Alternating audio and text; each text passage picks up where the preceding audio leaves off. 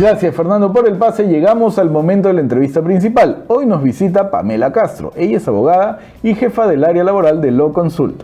Y vamos a hablar sobre el cumplimiento de obligaciones laborales ante SUNAFIL. Hola, Pamela, bienvenida a Ruta Pyme.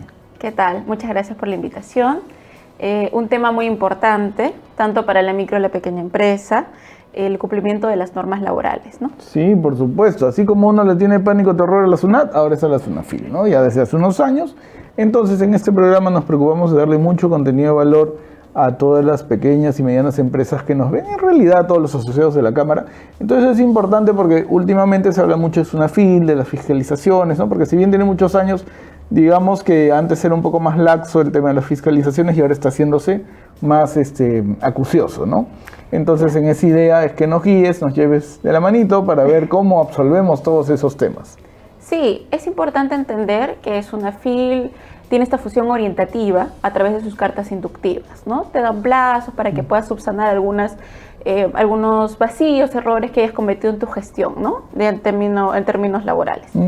Pero es importante abocarnos en la entrevista de hoy. Vamos a hablar sobre la materia de seguridad y salud en el trabajo y las capacitaciones que te exige, las 4 capacitaciones que te exige SUNAFIL respecto a esta materia en particular. 4 capacitaciones exige. Sí, como mínimo. Como mínimo.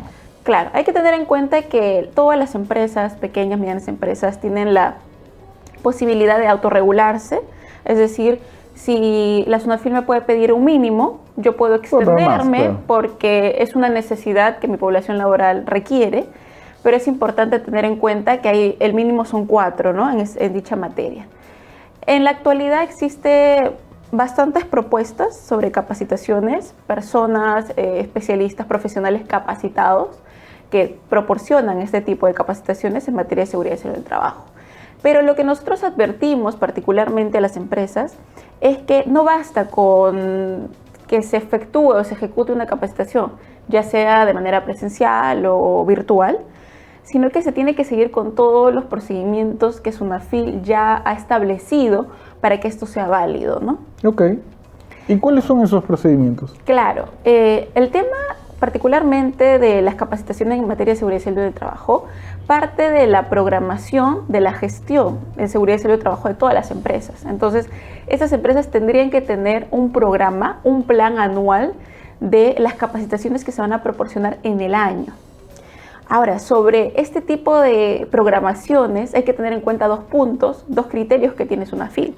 El primero, que a pesar de que estas capacitaciones podrían ser incluso presencial o virtual, no pueden darse en un lapso de tiempo tan corto, es decir, en un solo día. No puedo proporcionar las 4 capacitaciones. Ya está, cumplí todo el año. Exacto, porque no cumple con el objetivo de las capacitaciones. El objetivo de las capacitaciones es proporcionar información de valor que ayude a la prevención de enfermedades ocupacionales o accidentes de trabajo, incidentes. Entonces, no va a cumplir con esa función porque el colaborador o el trabajador no va a captar esta información de manera adecuada. Otro punto es que también las empresas no están cumpliendo con la aprobación de este plan. Si bien es cierto, yo puedo tener un plan donde mi objetivo es proporcionarle las capacitaciones a los colaboradores, he determinado los temas en capacitar a los trabajadores, pero este plan y este programa ya en específico, donde pacto fechas, identifico a la persona que va a proporcionar la capacitación, tiene que ser aprobado por el representante de los colaboradores. El representante de los colaboradores es el supervisor, en el caso de aquellas empresas que tengan menos de 20 colaboradores, y en el caso de las pequeñas empresas que puedan tener de 20 a más colaboradores, deberán constituir un comité de seguridad y salud del trabajo. En ese sentido, este plan anual tiene que ser aprobado por esta representación de los colaboradores. ¿Qué va a pasar en esta reunión, ¿no?, que va a tener el empleador, que es el que direcciona este plan, con la representación de colaboradores? Es que ellos incluso, a través de sus representantes, a través del supervisor o el comité, pueden proporcionar temas que en la realidad de la empresa pueden ser no advertidos por el empleador. Entonces, el empleador puede proponer riesgos psicosociales, pero tal vez la población de trabajadores, que es una población tal vez más de un ámbito administrativo, desea ser capacitada en riesgos ergonómicos o en accidentes de trabajo o en determinadas enfermedades profesionales, ¿no?, que son, por ejemplo, específicamente para aquellas personas que realizan una labor administrativa. Tendinitis. Lumbalgia, entre otras cosas. Entonces, es importante que exista esta aprobación, que exista esta acta donde el comité o el supervisor apruebe el plan. Y después de esta aprobación, recién podríamos ejecutar y pasar al contexto ya de las evidencias, ¿no? Que no es otra cosa que decirle a SUNAFIL, yo sí he cumplido y aquí están mis evidencias. Ahí te detengo un momentito. Ese decirle es, ¿sí te fiscalizan o hay que hacerlo dentro de esta estructura que nos estás narrando de hacer un plan, de capacitar? Una vez que se hace hay que informar de manera, por decirlo de alguna forma, de parte de que se realizó. Claro. ¿Hay que informar que se realizó o es simplemente tener, digamos, el registro todo de lo que se ha hecho y del cumplimiento para que en el hipotético caso que nos fiscalicen mostrarle? ¿Cuál de las dos es? Claro, la exhortación es que comuniquemos nuestro plan. Okay. Porque se entiende que este plan está aprobado por nuestro comité, nuestro supervisor, claro. Porque se entiende que ahí hemos identificado las materias que van a ser importantes para nuestra población laboral. Claro, porque si es una empresa de servicios, por ejemplo, un estudio de abogados, ¿para qué necesitaría una capacitación de trabajo en altura, por ejemplo? Por ejemplo. Sí, exhortamos que se comunique así como se comunica el reglamento. Okay. El reglamento de seguridad y salud en el trabajo, que es preciso advertir que en el caso de la obligatoriedad del reglamento como tal, corresponde solamente a las empresas que tienen de 20 a más colaboradores. Entonces tenemos, por ejemplo, aquí haciendo un paréntesis, en el caso de las microempresas, no tienen la obligación de tener un reglamento de seguridad y salud en el trabajo. Okay. Por ende, tampoco comunica. Claro. En el caso de las pequeñas, que tengan de 20 a más. Ya, ahí sí. Porque claro, ahora ya no tenemos esta identificación de micro, pequeño, mediana por la cantidad de trabajadores, sino ahora solamente son por las suites. Entonces, por eso mencionamos que puede haber pequeñas empresas que tengan menos de 20 o podemos tener pequeñas empresas que tengan más de 20 colaboradores, ¿no? Pero la exhortación siempre es, comunicamos el plan y advertimos que ya tenemos una programación anual de todo lo que vamos a hacer respecto a capacitaciones en materia de seguridad y salud en el trabajo. Y en esta programación anual, como dijiste, un caso extremo, ¿no? Ya las llevo el mismo día para no perder el tiempo y ya tengo mis 4. Pero ya ese es el extremo que no se debe hacer, ya nos dijiste. Pero existe también, digamos, está reglamentado que sea, no sé, una en cada cuarto del año para que sean 4, o puedes hacer 2 en los primeros 6 meses y 2 en los... ¿Cómo deben hacerlo? Claro, esto ya va a un criterio del mismo empleador bajo las necesidades. Lo ideal es que sea razonable el plazo y que no exista una inmediatez, ¿no? Respecto al conocimiento que se va a proporcionar, respecto a lo cercano que puede ser la programación. Claro, o sea que hay un espacio como para que se entienda que el colaborador ha interiorizado el conocimiento y ya lo sabe. Exacto, ¿no?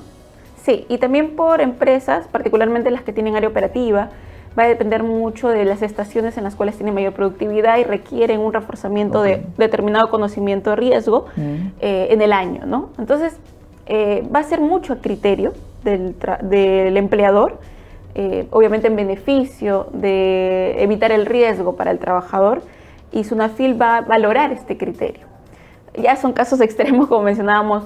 Claro. ¿Y por qué se ha dado eso también? Seguro a alguien se le ha ocurrido hacer así, pues. Porque hay cartas inductivas que ya se están notificando desde el año pasado, donde dan un plazo para cumplir. Y el plazo es corto. Entonces, ¿qué hacemos? Entre que buscamos a un profesional para que nos proporcione las capacitaciones, entre hacer nuestro plan de programación anual de las capacitaciones y todo, nos va el plazo. Y una pregunta, cuando has hablado de estos profesionales, de las alternativas que hay en el mercado para recibir la capacitación, por ejemplo, ¿esos capacitadores tienen que estar registrados, tienen que tener algo en particular para que cuando la empresa que nos está viendo, la pyme que nos ve, busca su curso? Y en internet hay un montón de información, ¿no? Exacto. Pero ¿cómo saber cuál es válida, no? Porque vemos las noticias, por ejemplo, en muchos temas de política, fiscalía, que les dicen, oye, ¿dónde llevó su cosa? Y la llevó pues en el último lugar que no existe, ¿no? Entonces, ¿hay algo que tengan que mirar los que nos están escuchando y viendo cuando deciden por una opción u otra del mercado en cuanto a capacitadores? ¿Tienen que estar en algún registro? ¿Tienen que tener alguna certificación? Bueno, la autoridad administrativa de trabajo nos pide que la persona que proporcione la capacitación, hablando del especialista, tenga conocimientos adquiridos en la materia. Okay. Entonces podemos tener capacitadores internos, es decir, personal de nuestra propia población laboral, que tiene conocimientos y que hemos capacitado nosotros en el transcurso del año, ¿no? Que usualmente son los jefes de operaciones, los superintendentes, personal que no solamente conoce la realidad de la empresa, sino que nosotros también hemos capacitado primeros auxilios, riesgos, etc. En el caso de los especialistas externos, que podemos contratar a través de empresas, consultoras, etcétera, sí debemos requerir que estos tengan la especialidad o la especialización o haber tenido conocimientos adquiridos sobre seguridad y salud en el trabajo. ¿Por qué? Porque la materia en la que nos va a capacitar es esa. Entonces, si contratamos a un profesional, tenemos que advertir 3 puntos para ser específicos: el conocimiento, que es ya sea el grado, la capacitación o la especialización que tenga, la experiencia, que también es importante, que obviamente haya ejercido labores en determinada área, y por último, obviamente, la acreditación de todos esos conocimientos adquiridos, ¿no? Porque podemos tener un perfil de un profesional que sí tenga la experiencia o que incluso se promocione como una persona experta, pero que no tiene la documentación que lo respalde. Entonces tenemos que ser cautos en ese sentido para tener un profesional apto y que probablemente SUNAFIL no sea tan radical en inspeccionar a nuestro capacitador, pero siempre es bueno prevenir. No, sí, claro, porque pensando de lo que me dices, más fácil sería que ellos hagan una base y que así como hay los peritos, que están en una base regulados, igualito fuera este tema, ¿no? Porque es importante, porque al final, al margen de lo que cuentas de la norma, de que hay que cumplir, si hay un conocimiento de valor, ¿no? Sobre todo, tal vez en una empresa de servicios, digamos que los riesgos, como dices, ergonómicos y esos, pueden no ser tan acuciosos, pero cuando hay empresas donde hay riesgo eléctrico, trabajo de altura o este tipo de cosas, es importante prever que se han cumplido todas las normas, porque eso sí puede terminar en un deceso, ¿no? Claro, y recordemos que ya, bueno, nosotros hemos visto, tanto en las noticias, situaciones de empresas donde ha habido una muerte, ¿no? A consecuencia de una situación que pudo haberse previsto con anticipación. Sí, claro, de un acto subestándar o una condición subestándar. Exacto, ¿no? Que justo lo mencionabas, que todas las empresas tienen este deber ser, ¿no? De identificar aquellos actos que podrían generar un riesgo y esto podría conllevar un accidente de trabajo o incluso a largo plazo una enfermedad profesional. Claro. Y no olvidemos que los empleadores son los responsables económicamente de asumir lo que la norma laboral te exige, o bueno, en realidad es una exigencia más que una exhortación, es que tú no puedes simplemente desvincular a un trabajador porque esté incapacitado, sino que tienes que evaluar su situación, porque la prioridad es que tú tengas que prevalecer la relación laboral. Entonces, hay muchas empresas que consultan, ¿no? Un trabajador que está incapacitado, quisiera desvincularlo. Sin embargo, lo que la norma siempre te dice es adecúa su puesto de trabajo, adecúa las funciones que él venía realizando a unas que ahora puede realizar, pero sobre todo tiene que sobrevivir la relación laboral. Entonces, teniendo en consideración la carga económica, la responsabilidad que tiene el empleador respecto a sus colaboradores sobre enfermedades o accidentes, incidentes de trabajo, es mejor prevenir. Esta función de las capacitaciones es prevenir, porque aquí hay 2 participantes, el empleador y el trabajador, y ambos tienen responsabilidad respecto a la garantía, ¿no? Garantizar la seguridad y salud en el trabajo en el centro del establecimiento, ¿no? de trabajo. Perfecto, entonces ahí ese es el marco. Ahora hablando un poquito más de ustedes, porque hemos hablado un poco de cómo es este marco en este momento, qué es lo que hay que hacer, pero en algún momento comentaste, ¿no? Al margen, o si bien la capacitación es una obligatoriedad, imagino que hay una lista que hace una fila de los cursos, ¿no? O no, o uno elige aleatoriamente. Uno puede elegir aleatoriamente. Se recomienda que si es la primera vez que vas a proporcionar este tipo de capacitaciones, sean las básicas, como la inducción en seguridad y salud en el trabajo, el deber y derecho de seguridad y salud en el trabajo, riesgos ergonómicos, temas básicos y que sean introductorios a temas ya más profundos que podrías tener el próximo año, ¿no? Ok, ya, y ese es el momento de la capacitación, pero ahí nos decías momentos previos y momentos posteriores a la capacitación, ¿no? Y que todo eso es, digamos, lo que tenemos que cumplir o tener para estar correctamente en la norma, ¿no? Claro, hablábamos de las evidencias. Ya tengo mi plan anual, tengo mi programa anual de capacitaciones, ya ha sido aprobado por el comité o por el supervisor. Llega el momento de ejecutar las capacitaciones. Entonces va a llegar la fecha en que hemos programado la primera capacitación y lo que vamos a hacer es, ya sea si es por una vía presencial, vamos a participar a todos los colaboradores de la presencia del especialista que va a dictar la capacitación, o si es a través de un medio virtual, les proporcionaremos el enlace, el link para que puedan acceder a la capacitación. Pero cuando hablamos de las evidencias, hablamos de todos aquellos documentos que evidencian ante la Autoridad Administrativa de Trabajo que la capacitación se ha dado, que no es solamente fantasma, sino que se ha ejecutado. Y para ello tenemos como principal documento el registro de asistencia. Y me voy a atender un poco en el registro de asistencia porque hay muchos errores que se cometen en el registro de asistencia. Hay un formato específico para cumplir con el registro de asistencia. Se tiene que identificar, por ejemplo, quién va a cumplir con anotar el registro de asistencia. Si es manual o si incluso puede ser a través de una hoja de Excel, virtual, digital. ¿Quién va a ser el responsable? Por ende, esta persona es responsable de advertir que la identidad de las personas, obviamente la presenciabilidad de dichas personas y no simplemente registrar una asistencia que no sea correcta, ¿no? Entonces, dentro del formato tiene que encontrarse en la denominación de la empresa, y la identificación con el RUC, el domicilio, la fecha de la capacitación, la denominación de la capacitación, los datos del capacitador y los datos de cada colaborador, incluido la firma y la huella dactilar. Okay. Entonces, tenemos que cumplir con este formato. Por eso es que en los cursos, en algunas entidades como las mineras, Petroperú y de esas, cuando vas a revisar ese curso te piden tu DNI, no puedes llevar el curso si no tienes el DNI, por ejemplo, ¿no? Exacto, tiene que estar vigente. Claro. Obviamente tiene que haber una confrontación entre el documento que presentas y la persona que está asistiendo. Por eso es que se pide, ¿no? Dentro del registro de asistencias, en general, cualquier tipo de registro de asistencias, la autoridad administrativa sí nos da algunos puntos a tener en cuenta, ¿no?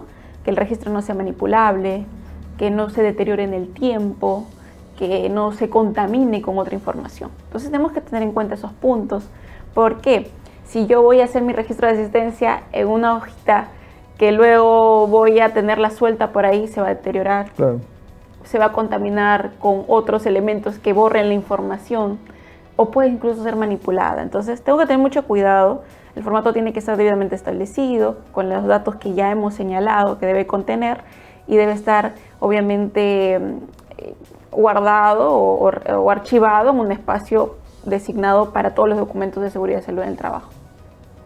Importante lo que narras, entonces, porque hay toda una complejidad detrás, ¿no? A veces, como bien dices, algunos pueden pensar, necesito cumplir con esto y contrato un capacitador que viene, da su charla o virtual, presencial, cualquier fuera el formato, y con eso ya estamos, pero en verdad no hemos cumplido ahí con todo lo que se necesita. Sí, y nos damos cuenta de estos errores. Claro, ya cuando está nos la leche derramada. Sunafil.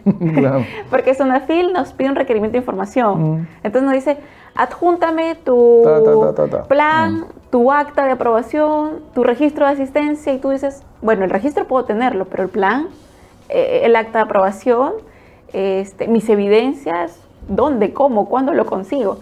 Te comento un caso para que entendamos la realidad, ¿no? de algunas empresas.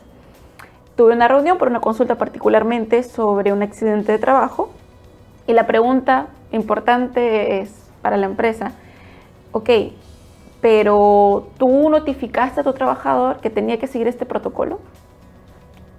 No, pero llevó la capacitación sobre el riesgo. Ok, pero ¿esta capacitación está dentro de tu plan? No hay plan. Pero lo hizo un especialista. Ok, ¿Tienes tu registro de asistencia? Sí. Ok, ¿tienes tus evidencias? No. ¿Tienes al menos fotografías? Si fue virtual, ¿tienes el pantallazo? Captura, claro. ¿Tu supervisor lo ha aprobado? No tengo supervisor. Entonces, te das con la realidad de muchas empresas que han contratado un servicio, todo es culpa del capacitador, es un poco el desconocimiento de la empresa, que han hecho capacitaciones, porque se han visto en la necesidad, pero como no han seguido el procedimiento, esa capacitación no va a valer, no va a cumplir con el objetivo. Y cuando sean fiscalizados, porque al final ese es el punto al que queremos llegar, cuando sean fiscalizados por SUNAFIL, no van a poder responder ante esa fiscalización porque tienen la capacitación, pero esa capacitación no es válida, porque no hay una programación y no ha sido aprobada. Entonces, los trabajadores no han autorizado esa capacitación. Correcto, o sea, un montón de detalles ahí que ver. Importante lo que comentas. Como sabes, estos espacios audiovisuales son tirarnos del tiempo, entonces sí, un montón de información de valor, pero no quisiera terminar la entrevista sin dejar la cámara a tu servicio, para que de paso le comentes a la audiencia, porque le has dado tanta información que seguro hay muchos que van a querer luego contactarlos. Entonces la cámara es tuya, por favor, para un mensaje final. Sí, claro. Pueden contactarnos a través de todas las redes sociales de Law Consult. Nosotros en la actualidad estamos proporcionando un paquete de capacitaciones que no solamente va a guiar a ustedes, empresas, a cumplir con las 4 capacitaciones, sino a recopilar todos los instrumentos y toda la documentación necesaria para afrontar una fiscalización por parte de SUNAFIL de manera exitosa. Y sobre todo, lo más importante, evitar multas, ya que estas multas se van a cuantificar de acuerdo a la cantidad de trabajadores afectados. Entonces, los invitamos a poder consultar por nuestros servicios, por este paquete de capacitación y guiarlos en este proceso que no debería ser complicado, no debería ser fácil y accesible para todos ustedes. Perfecto, Pamela. Un placer haberte tenido en el programa. Igualmente, participar. Gracias. Amigos, fue Pamela Castro, abogada, jefa del área laboral de Law Consult. Hemos hablado sobre el cumplimiento de obligaciones laborales ante SUNAFIL. Ella nos ha dado un montón de información de valor, nos ha dicho que no solo necesitamos capacitarnos, sino cumplir con todas las formas y requerimientos que nos manda la norma para que nuestra empresa esté saludable, salubre, al igual que nuestros colaboradores.